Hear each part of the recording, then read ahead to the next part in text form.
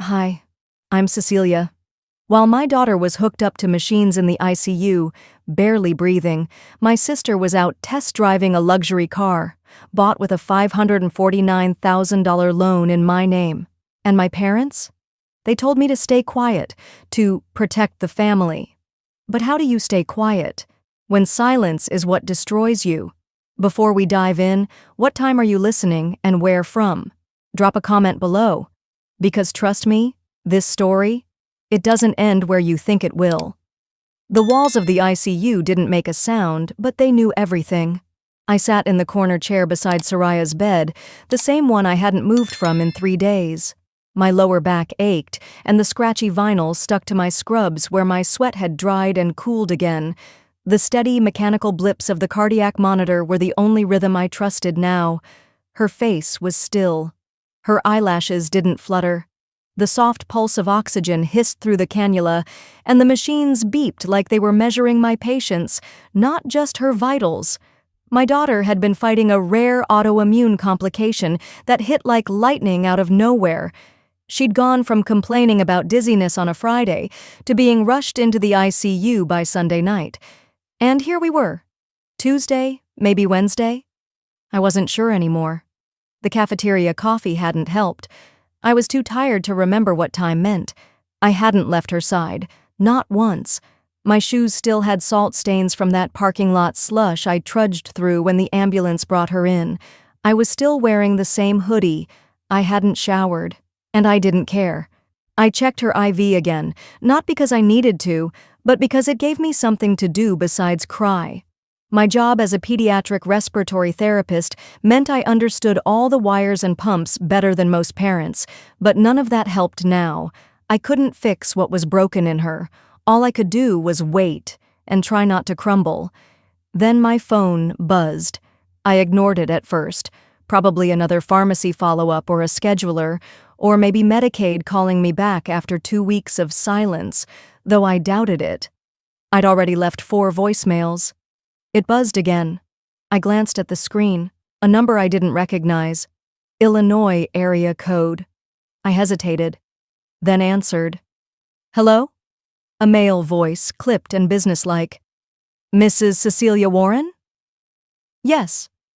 I'm calling in regard to the delinquency on your luxury auto loan, file number ending in 0228. This is your second missed payment, and per our records... I'm sorry, what? I blinked. You are listed as the primary borrower on a loan dated February 8th, totaling $549,000, secured through Platinum Auto Direct in Oak Brook, Illinois. My mouth parted, but no sound came. You're currently overdue, and I drive a 2012 Camry, I cut in, half laughing, half choking. This has to be a mistake. I understand this may come as a surprise, he continued smoothly. But the contract was finalized with your signature and verified ID. The address listed on the application is... He read off the address. My sister Melissa's. Suddenly, I wasn't in the ICU anymore. I was spinning in a wind tunnel. My skin went cold. The chair beneath me became irrelevant. The walls dissolved. Are you saying, I whispered, this loan, this was taken out in my name? Yes, ma'am. The first payment was cleared. The second and third are now past due. We've sent 2 notices. I hung up before he finished. I sat very still. The monitor beeped. I turned toward Soraya. Her tiny chest moved up, down, still here, still fighting. I unlocked my phone with shaking fingers, opened my banking app. I didn't expect much. My accounts were usually threadbare after bills, but what I saw made my throat tighten. There it was, a small withdrawal from an account I hadn't touched in months, not big enough to set off an alarm, just enough to test if I'd notice. I didn't. Until now. My sister Melissa had keys to my place. She'd helped babysit Soraya. She knew my birthday, my social security number. She'd once talked me into co-signing her lease when she broke up with that guy in St. Charles. Said, "You're the only one who's ever helped me, Ode. No one else ever has." I remembered crying when she said that. I felt like I mattered. Now I just felt stupid. I didn't call her, Didn't call my parents either. I just sat there, watching the ventilator work for my daughter, trying to remember the exact moment my family stopped being safe. Was it always like this? Had I just not seen it? The nurse came in quietly to check vitals. She offered me a warm smile, adjusted the IV line. I nodded without speaking. My hands folded into my lap like they belonged to someone else. I didn't tell anyone about the phone call. But that night, when the fluorescent hallway light outside our room dimmed for the midnight shift, I pulled out my phone and started scrolling through emails, then my files, then every financial record I had. Melissa had made a mistake. She left a trail, and I was going to follow it. By morning, the hallway outside the ICU smelled like overbrewed coffee and hospital-grade disinfectant. I stayed until the nurse's shift changed, then kissed Soraya's hand and told her I'd be back in a few hours. I couldn't explain why I needed to leave, not even to myself, but something inside me had clicked. I drove home with no music, no sound but the worn-out wheels of my Camry rolling over cracked pavement. The city was still waking up, but in my mind, things were already on fire. I hadn't been back to my apartment in almost 4 days. As soon as I walked in, the air felt wrong, like time had paused without me. There was still a bag of bananas browning on the counter and a dish towel balled up in the sink. I didn't bother cleaning. I went straight to the linen closet in the hallway, reached for the fireproof lockbox tucked beneath an old comforter and set it on the kitchen table. Birth certificate. Check. Social security card. Still there. Power of attorney for Soraya's care. Unmoved. I flipped through the folders, everything in its place, but my heart was thumping. Something wasn't right. I opened the small thumb drive labeled Work and Docs and clicked through the files. One was missing. The scanned signature file I'd created during the early pandemic days for digital HR forms, Medicaid claims, a few patient records when I worked from home. I hadn't needed it in a while. Gone. And just like that, my stomach dropped. Melissa. She'd borrowed my laptop once, just once, said her phone was dead and she needed to log into her insurance portal. That was maybe 8 months ago. She brought coffee, stayed in my kitchen for nearly 20 minutes while I was finishing a Zoom training in the bedroom. I hadn't thought anything of it. Why would I? I sat down at the table, suddenly unsure if the floor under me was still solid. I picked up my phone and called the loan company back. The first person I reached tried to brush me off. I insisted, calmly but firmly, to speak with someone in documentation.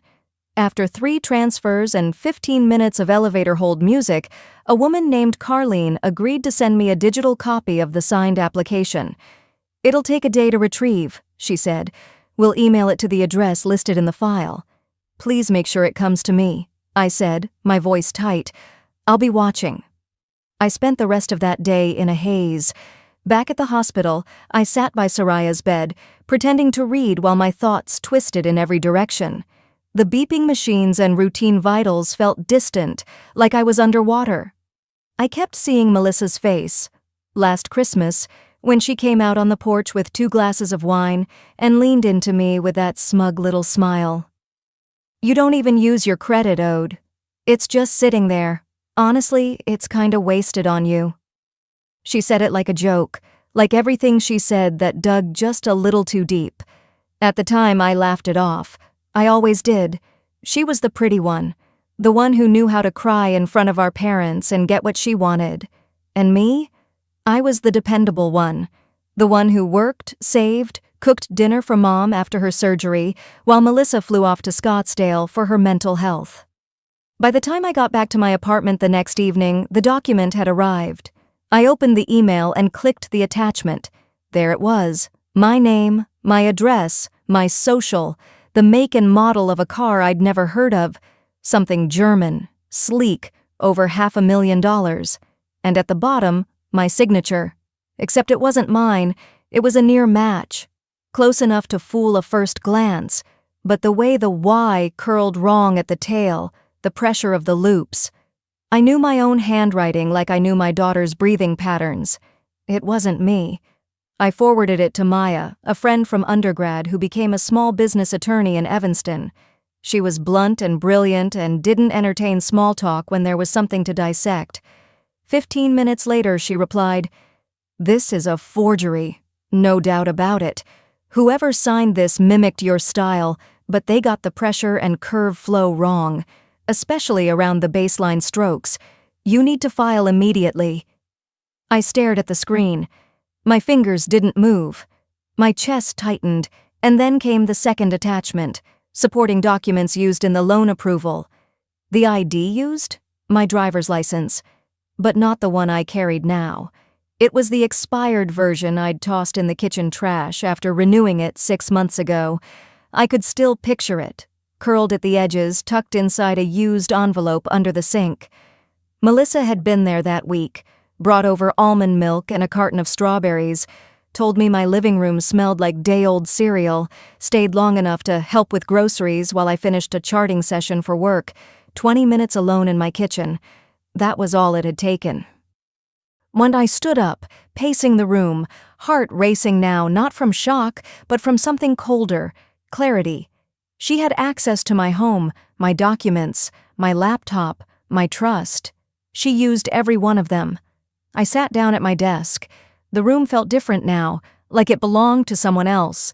I opened a new folder and labeled it Evidence. I began saving everything, screenshots, emails, document copies. No one else had access. It had to be Melissa. The hardest part wasn't realizing she forged my name. It was realizing how far my family would go to protect her. By Saturday afternoon, I'd memorized every curve of that fake signature, every typo in the forged application, every line of that expired license scanned onto a PDF like it belonged there. I should have stayed home. I should have stayed at the hospital, but something told me I had to go. My parents' house in Evanston hadn't changed. Same blue shutters, same cracked walkway, same wind chimes clinking against the porch railing like they didn't know better. I stood at the door for a full minute before ringing the bell. The pecan pie in my hand was still warm from the bakery on Clark Street, but my stomach turned at the smell. Mom answered, her arms already outstretched. "Cecilia, baby, look at you. You look tired. Come in, come in." I smiled the way people smile when they've rehearsed it in the mirror. "Just been at the hospital." She kissed my cheek and didn't ask anything else. Inside, everything smelled like rosemary chicken and lemon polish. Dad was already at the wine cabinet, humming something Motown and pouring glasses without asking preferences. He handed me one with a soft nod and said, "Glad you came." I was about to ask where Melissa was when we heard it, gravel crunching in the driveway. I turned to the front window. There it was, a sleek black foreign car glided to a stop like it had arrived from a dream someone else paid for. It looked exactly like the one from the loan documents, because it was. My name had bought that car. Melissa stepped out from the driver's side in oversized sunglasses and a camel-colored trench. Her hair was curled like she'd just come from a commercial shoot.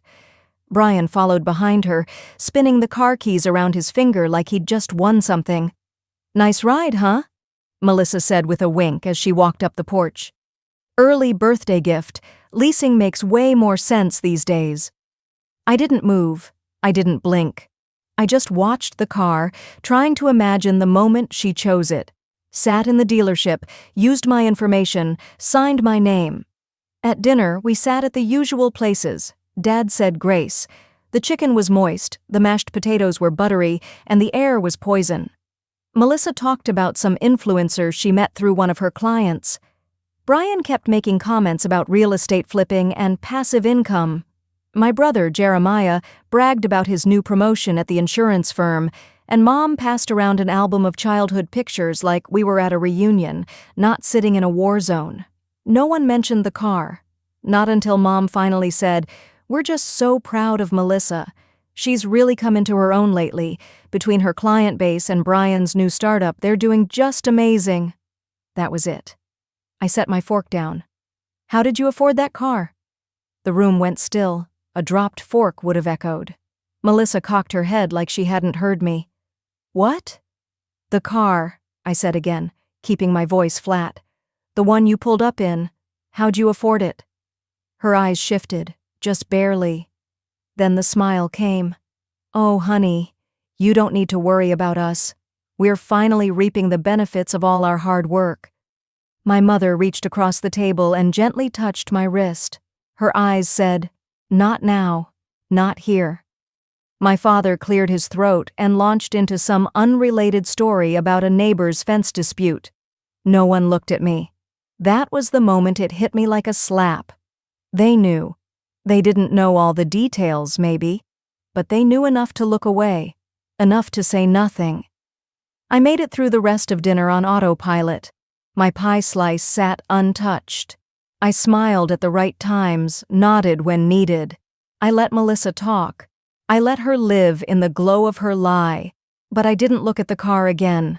I left as soon as dessert was over, excusing myself with a fake hospital update. My mom hugged me again. My dad just said, "Drive safe." That night, around 10:17 p.m., I got the text. It was from my father. "Don't ruin the peace, Cecilia. Let it go. Family first." I stared at the screen for a long time. Longer than I should have. I thought about every ride I gave Melissa when her car broke down. Every time I watched her kids for free when she had a work thing. Every meal I cooked when she didn't feel like doing groceries. Every loan I never asked back. And then I thought about Soraya, still unconscious, still fighting. Family first? I closed the text, deleted it, and opened the folder labeled Evidence. That was the moment I realized I was the only one fighting for the truth.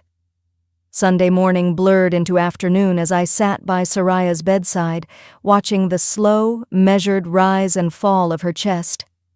The monitor's rhythmic beeping had become background noise, no longer alarming, but not comforting either.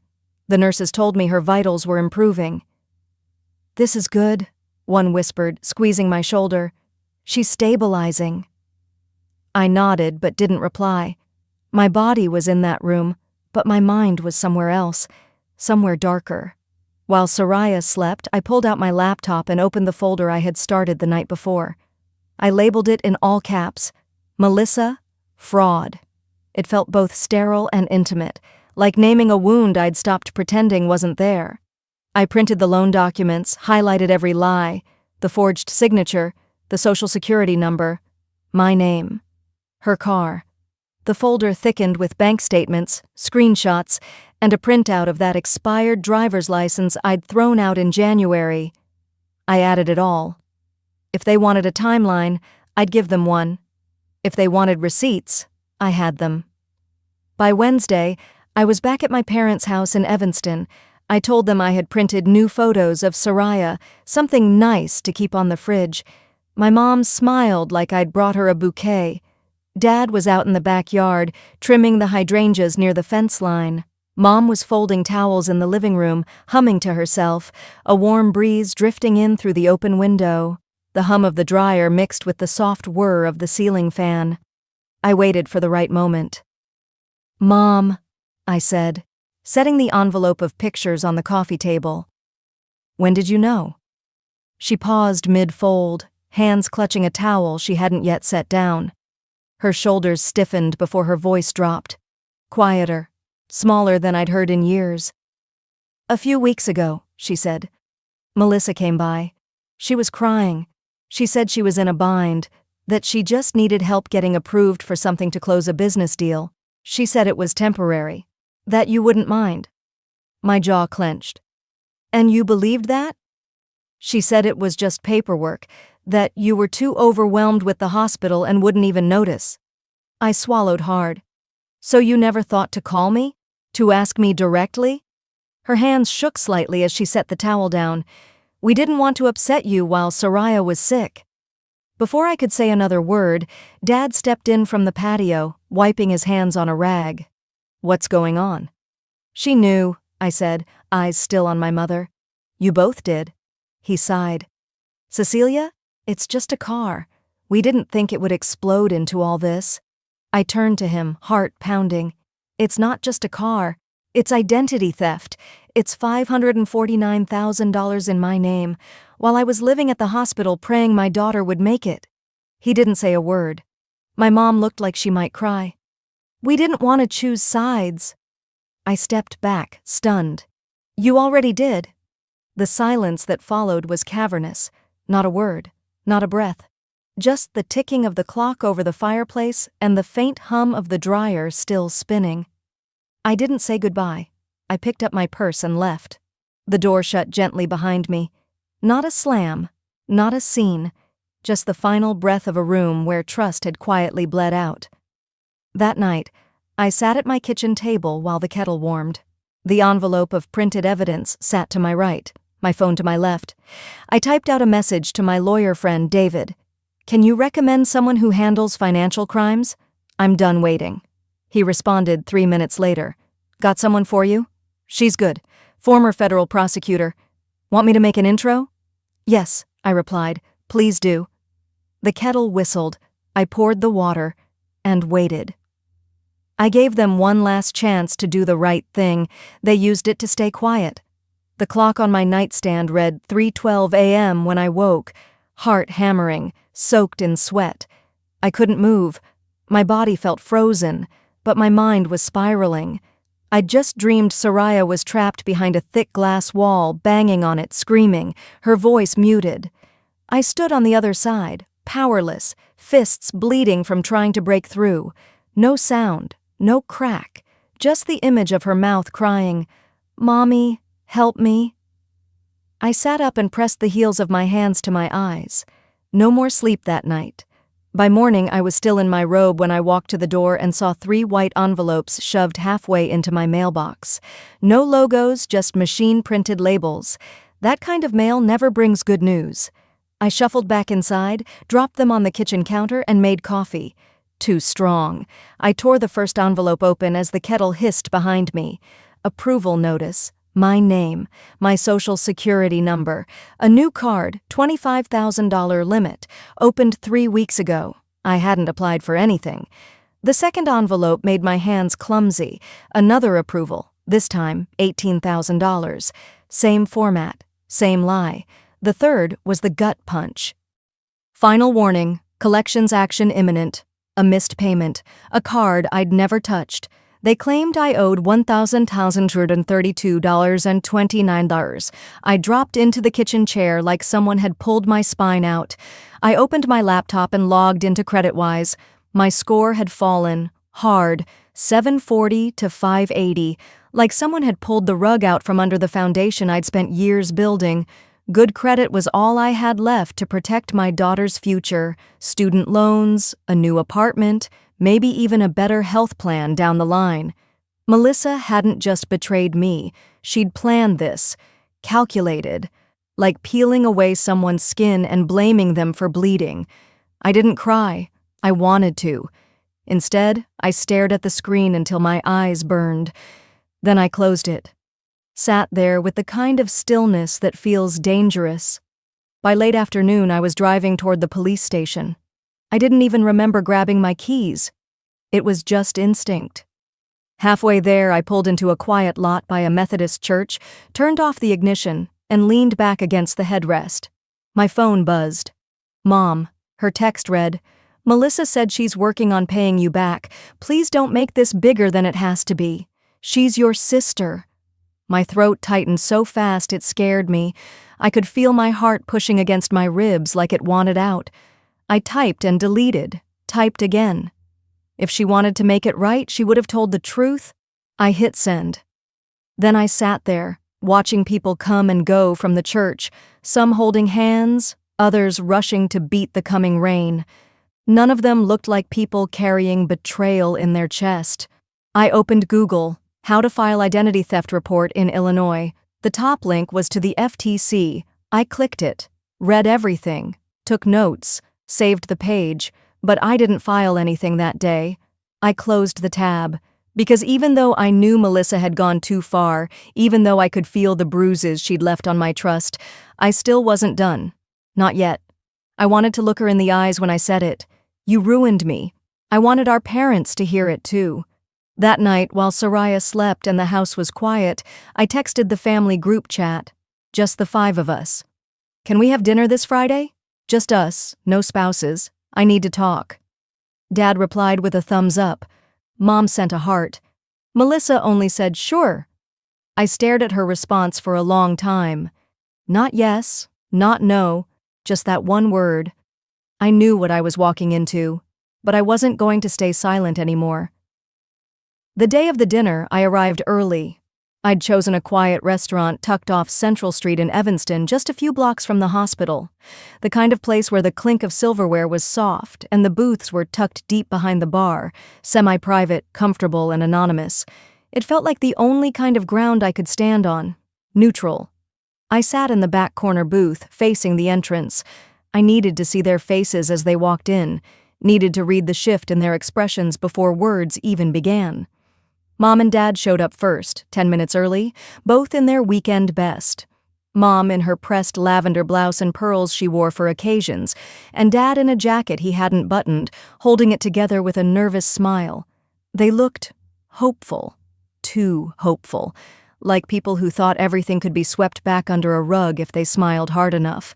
They hugged me like nothing had happened, asked about Soraya. I answered politely, kept it shallow. I wasn't here to exchange pleasantries. Melissa strolled in 10 minutes late, of course. She wore a cream trench coat over a fitted black jumpsuit, red lips like punctuation, and sunglasses pushed high on her head like some kind of TV anchor walking off a segment. She slid into the booth beside Mom like she owned the room. No Brian. Thank God. We ordered. Small talk fumbled its way around the table. Weather, traffic, the usual updates on Soraya's vitals. Mom smiled too much, and Dad kept folding and unfolding his napkin. I didn't touch my drink. Once the waiter had cleared the appetizer plates, I reached into my bag and pulled out a thin manila folder. I placed it on the table without a sound. Melissa's eyes flicked down, then back up, her face unreadable. "I've reported the fraud," I said, my voice even. "I've contacted a financial advisor. I know about the credit cards. And the car." Melissa gave a short, breathy laugh, not loud enough to draw attention, just enough to condescend. "Oh, Odie," she said, like she was comforting a child. "You're making this a thing when it really isn't. I was trying to help you." "Help me?" I repeated. "You've been drowning. Bills, single mom, working part-time. I figured if I opened a few things in your name, big lines, high limits, it'd raise your credit. You don't know how these things work, but I do." She spoke as if explaining fashion to a toddler, calm, measured, arrogant. I didn't flinch. "You opened a $500,000 loan and maxed out 2 credit cards in my name while my daughter was in a hospital bed. I said I'd pay it back." Mom's voice piped up, soft and strained. "Maybe this isn't the place. Can we please—" "I want to talk like family," I interrupted. Dad shifted in his seat, tone heavy. "We're not trying to take sides, honey. Melissa made a mistake. But this? Taking it legal? That's not what families do." Melissa leaned forward, resting her forearms on the table. "You've always played the victim, but you've had it easier than you think, Odie. You don't have a mortgage. You don't have employees to pay. You don't have pressure." I stared at her, jaw tight. "You think being alone with a sick child and living paycheck to paycheck is easy?" She shrugged. "Compared to running a business? Yeah. And don't act like you've never needed help. I gave you help. Just because I didn't ask first doesn't mean it wasn't good for you. You stole from me, then tried to wrap it in a bow and call it charity." Her expression hardened. "If you take this public, you'll embarrass the family. That's all I'm saying." I smiled then, tightly, the kind of smile that warned of earthquakes underfoot. "I'm not the one who should be embarrassed." I stood, slid the folder across the table toward her. Dad called my name. Mom reached out like she might grab my hand. I didn't stop. I walked out into the cold Evanston air without my coat buttoned and my hands shaking, but my spine was steel. This wasn't about peace anymore. It was about truth. The morning after the dinner, I woke before sunrise. There was no dramatic swell of resolve, no motivational playlist in the background. Just quiet. The kind of quiet that settles into your bones after a storm. I dressed in jeans and a gray sweater, tied my hair back, and slipped the manila folder into my bag again. By 7:40, I was sitting in the Skokie Police Department, hands folded tightly in my lap. The waiting area was nearly empty. A woman with a toddler beside me was flipping through a battered coloring book, while an older man paced slowly by the vending machines. The clock on the wall ticked louder than it needed to. Detective Maher called my name at exactly 8:03. He didn't smile, but his voice was calm. "Ms. Cecilia?" I followed him down a hallway lined with gray walls and even grayer carpeting. His office was plain, no family photos, no plaques, just a desk, a filing cabinet, and a single Chicago Cubs mug half filled with coffee. He motioned to the chair across from him. "Take your time," he said as I began. I laid it all out, slow, steady. The car loan, the forged signature, the credit cards, the text messages, the documents. The night I realized it was Melissa, the silence from my parents. The folder sat open between us like a wound, each page another cut. He listened without interrupting. His expression barely shifted, but I could tell he was tracking everything. When I finally exhaled, he nodded once. "You're not the first," he said, "but you'd be surprised how few go through with it, especially when it's family." I'm done being quiet. He slid a form toward me and handed me a pen. I signed my name, my real signature. That night, I returned to the hospital. Soraya was sitting up in bed, watching cartoons on mute. Her color had returned, and her eyes followed me across the room. I sat on the edge of her bed and kissed the back of her hand. "You okay, Mommy?" she whispered. I nodded. I will be. By the end of the week, I received confirmation. The investigation was officially open. The detective said they'd begun contacting the banks, the dealerships, the credit agencies. Melissa and Brian were being asked for statements. For once, something was moving, but with every step forward, something darker followed. The first call came on Sunday afternoon. It was my cousin Liza in Milwaukee. "Hey, Odie, I wanted to ask, are you really suing Melissa because she bought a nicer car than you?" I blinked. "What?" "That's what your mom said, that you've always been jealous.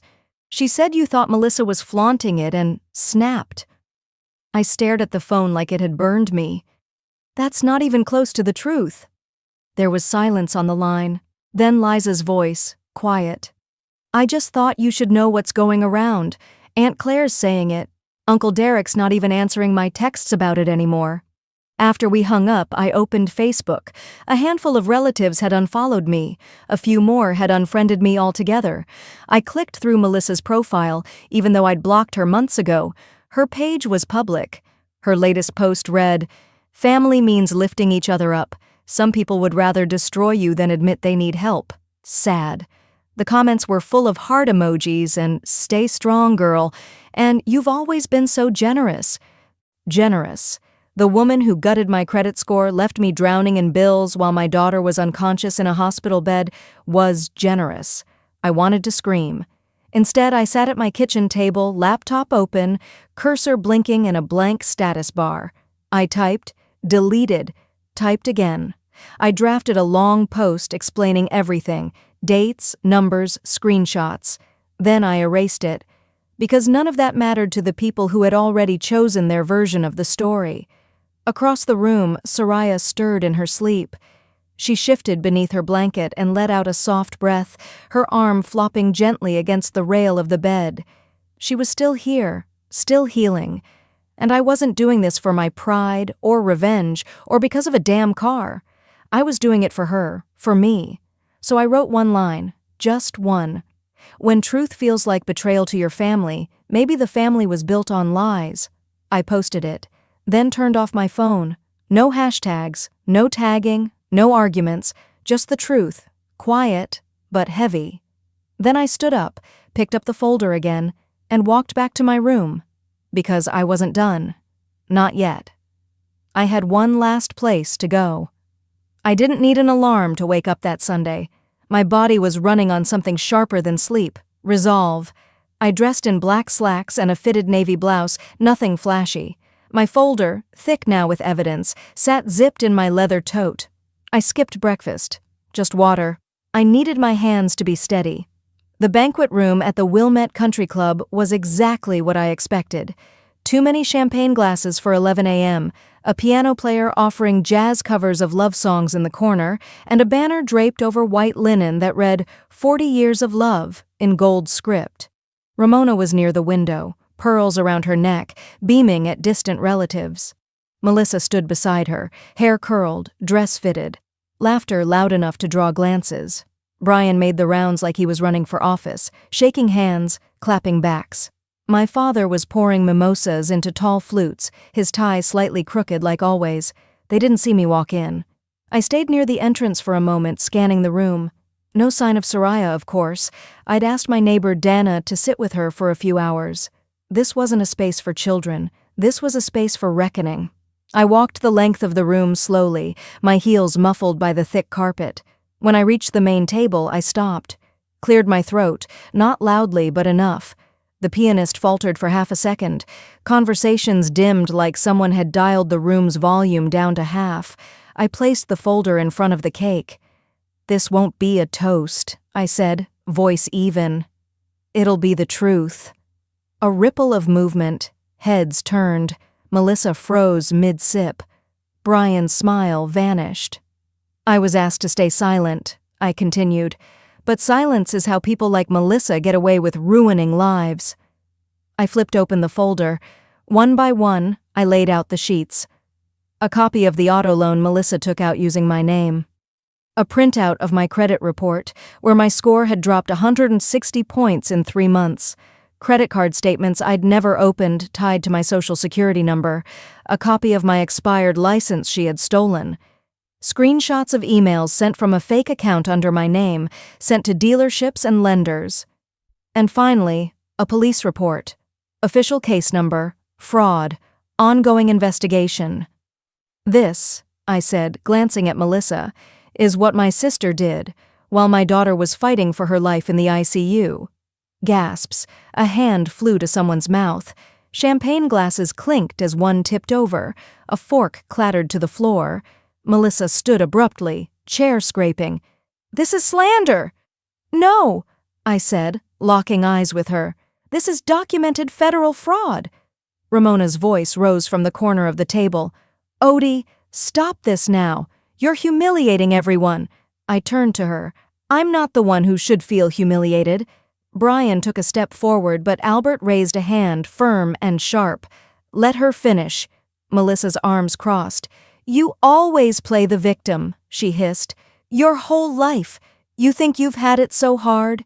You didn't have a mortgage. You didn't have a family to provide for." "I had a daughter in the hospital," I said calmly, "and I had to figure out why my credit was vanishing while paying for oxygen equipment out of pocket." Melissa laughed bitterly. "You want applause for breathing through it?" "No," I replied. "I want accountability." There it was. Silence. Not the awkward kind, the hollow, full-bodied kind that fills a room when truth kicks all the air out. I looked around the table, faces I'd grown up with. Some stared at the documents, some looked away. My last words came quiet, but anchored. I wanted to believe this family was worth protecting. But I realize now, you all protected Melissa at my expense, so I'll protect myself. And just like that, I turned. I didn't grab the papers, didn't rush. I left the folder open, evidence like a trail behind me. The room didn't chase me. The piano player never resumed. At the door, I paused, not to listen, but to breathe. And then I walked out. 2 days later, the headline ran in bold at the top of the local paper. "Suburban couple arrested in $500K family fraud scheme." I didn't buy a copy. I didn't need to. The headline alone was enough. I read it once on my phone, then turned the screen over and let the silence fill the room. Melissa was booked that morning. Brian, too. Wire fraud. Identity theft. Conspiracy. Detective Maher called me personally to confirm it. "They're in custody," he said. "The DA's confident. You did everything right." I didn't respond with relief. I didn't cheer. I just exhaled, long and slow. The kind of breath that feels like it's been stuck in your ribs for months. 4 days passed before I heard from my parents. It was my mother, of course. Ramona never did like silence unless she was the one who created it. Her voice on the phone was worn thin. Your father's... He's barely spoken. Melissa's crying non-stop. She says she never wanted to hurt you. I sat at the edge of the bed, sunlight catching the dust in the air. My daughter was asleep in the next room. She didn't mean to ruin you, my mother repeated a little softer now. But she did, I said, not angrily. Just fact. There was a pause. Then, in a voice so small I almost missed it. Can we ever be a family again? I swallowed, not because I didn't have words, but because I knew the ones I chose mattered. I don't know, I answered. But I know I can't be the only one trying to hold it all together. Weeks passed. The court date loomed. Melissa and Brian both pled out. No drawn-out trial, no televised drama. Just signatures on plea deals and murmurs from lawyers. Restitution was ordered, but I knew better than to hold my breath. Years, if not decades, to pay back what they took. If it happened at all. I didn't wait for justice to feel like healing. Walking out of the courthouse, I didn't feel victorious. I felt weightless. Like I'd finally stopped dragging a life that was never mine to carry. At home, the apartment smelled of cinnamon tea. My daughter was sitting by the window, knees tucked up, reading.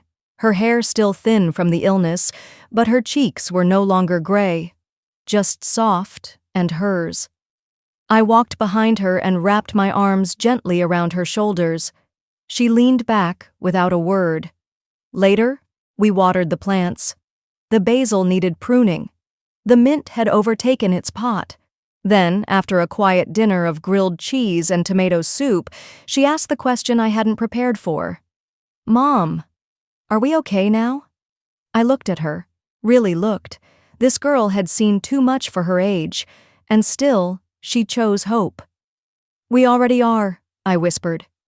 2 months went by before Melissa wrote me a letter. It arrived in a plain envelope, no return address. Her handwriting hadn't changed since high school, loopy, overly neat, trying too hard. It was filled with apologies, reasons, justifications, and somewhere near the end, a line that read, I hope someday you'll understand why I did what I did. I didn't finish the letter. I folded it neatly, then slipped it into the drawer where the police report now lived, not out of bitterness, but because some things belong in the past, and I wasn't going to carry them anymore. On my daughter's next birthday, I threw a small party in our backyard. No photographers, no champagne flutes, just folding chairs, laughter that didn't hide a grudge, and a chocolate cake that actually tasted like something sweet. A neighbor, someone who hadn't known the whole story, asked me, Do you still talk to your sister? I smiled, not cruelly, just clear. Some things don't need to be spoken, I said.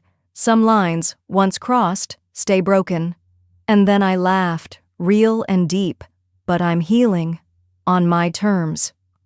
Later that night, after everyone had gone and the dishes were stacked, I sat at my desk. I reached for the same pen I'd used the day I signed the police report.